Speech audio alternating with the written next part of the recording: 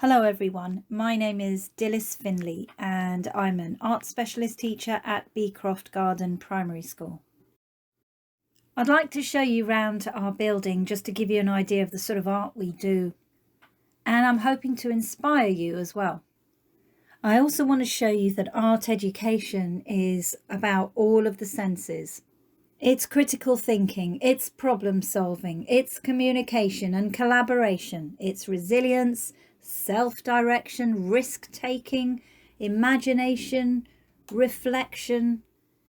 And I believe that when children experience art from a very early age, it gives them that motivation and understanding and belief in themselves. They can aspire to be whoever they want to be. So I hope you enjoy my video. We display the art around our school as if the children were in a gallery. The art celebrates the whole curriculum because it makes links to pretty much all of it. Pictures are put in frames, textiles are hung, and even the sculptures that we do are put onto plinths. And the 3D work that we do, it's not tucked away in a corner. It's pretty much out there in the middle of a corridor. So the children are very much aware of that physical presence of the art constantly. But children are so proud about all the art around the building that the atmosphere moving around the school is quite calm and respectful. And all that art is a talking point for adult visitors as well as all the children.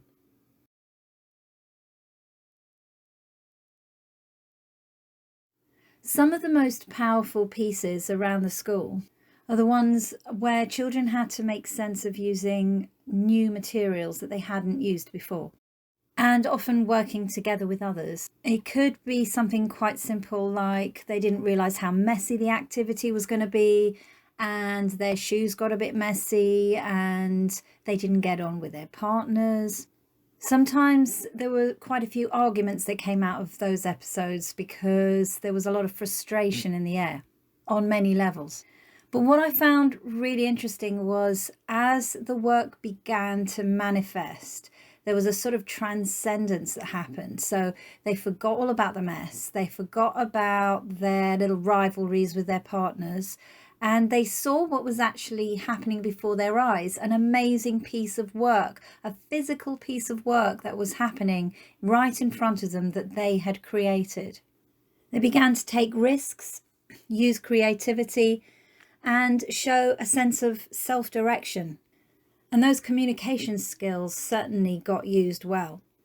And with all that came a great big dose of problem solving. Silk painting is a great way to use a resist and to also find out about blending really pure colours. It's also such an old tradition used by so many cultures.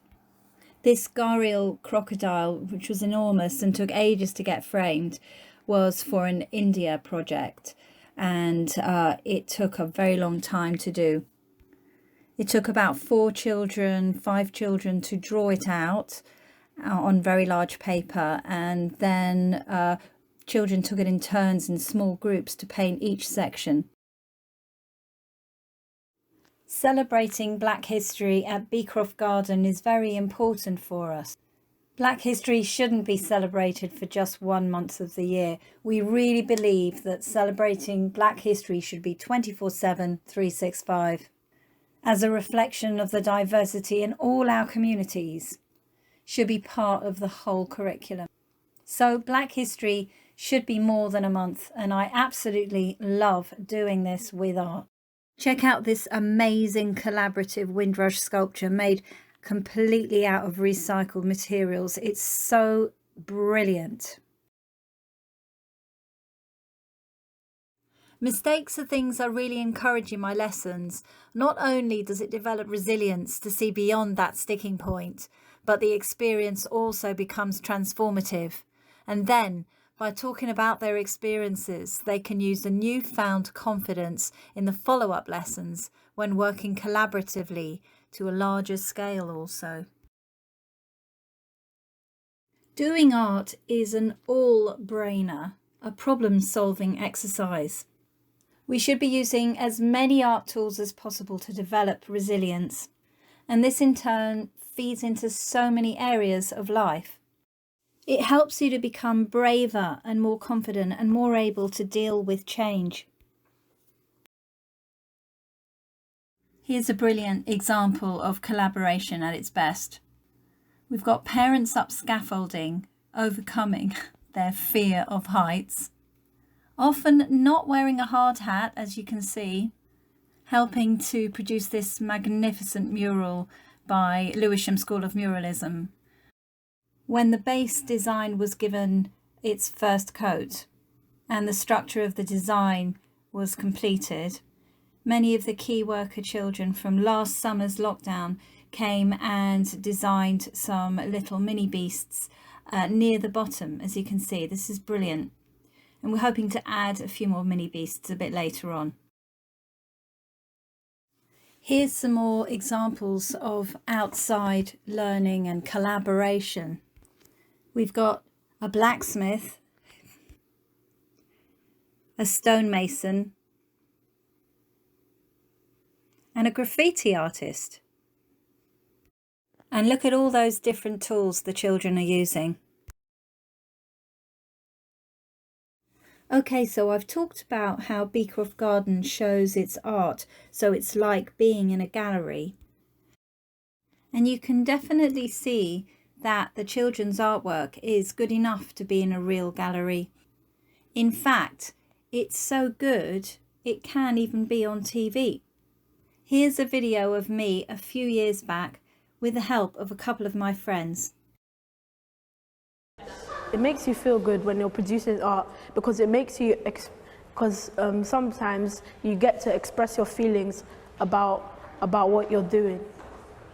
I like it when we have art because not all schools get to experience and have proper art things like chalk, like oil pastels and proper acrylic paints and sculptures and stuff.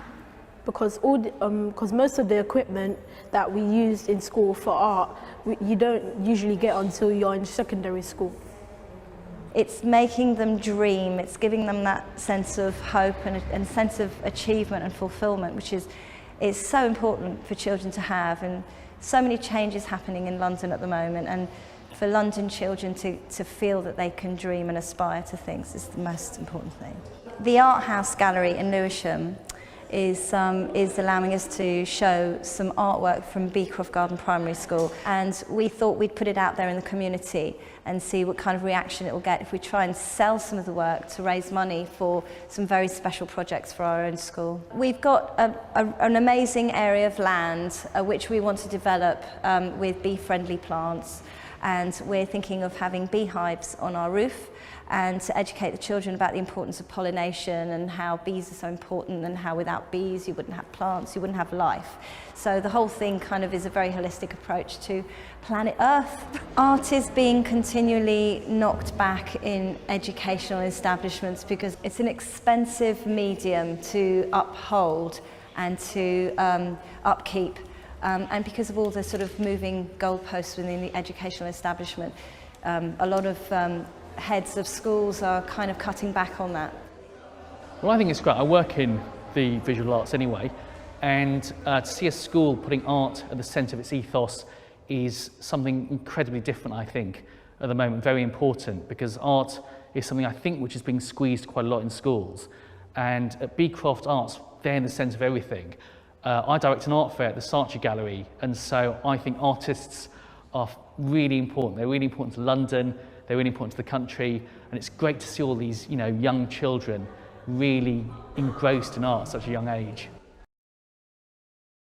Here are some comments and more artwork by some of the amazing children at Beecroft Garden. They love seeing their work around the school. They love it when it changes around, and this way they can see what all the other year groups are doing.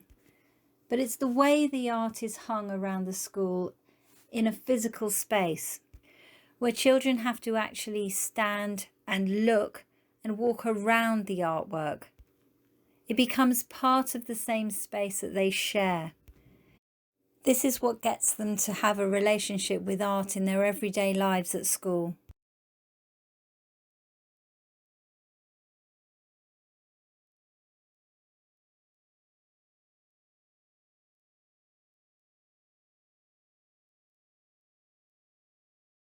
Every year at the school we have an exhibition, and this exhibition is based on the National Gallery's Take One Picture exhibition to generate interest in the national collection of paintings. This is a really big deal for us. Every year a single painting is chosen from the National Gallery, and the whole school get together to make art based on that one painting. This is a chance for all the teachers in the school to shine, not just the art specialist. We go off curriculum for 2 weeks and we do nothing but make art. Now, does that sound crazy to you? Let's hear from Martha from Year 5. She's talking about the kind of things you need to put an exhibition together. With Take One Picture, we find a famous painting and each year group in the school focuses on a little bit of it. So we use our own interpretation of the painting to create something, and then we can put it all back together to tell our own story of the painting. Take One Picture takes a lot of organising, but we always invite lots of other people and schools to see our amazing artwork. Okay, so our school is just like a gallery. We've shown work in an actual gallery. Now how about the kind of exhibitions we do to transform our main hall into a gallery space? I'm showing you some slides of such exhibitions that we've had, and they can be pretty busy, and they're based on the National Gallery's Take One Picture scheme, which I spoke about earlier. Coming up is a video of our last Take One Picture show in 2019 before lockdown hit. We couldn't have one in 2020, and this film was made by Nick Horston from Steam Co. Okay, National Gallery, Take One Picture. It's out to primary schools to explore a particular painting from the National Gallery. This one is Men of the Docks by George Bellows, 1912, same year that the Titanic was going to arrive at New York. This is a scene of New York. Lower Manhattan in the background, Men of the Docks here, very working class, very, very textural. So what we did is we took this painting and we explored it, and we explored it to the full. Starting in nursery, basically, they looked at the painting that I just showed you, and they saw a boat and they saw a horse, and that really, really inspired them. And they made this fantastic, beautiful boat, which they can actually step into and interact with, and they wanted to call it Rainbow. So the children actually connected the painting very much with the migration that happened during the Windrush era. They learned all about the history of that era, 1948, massive, massive migration of workers and skilled people to this land.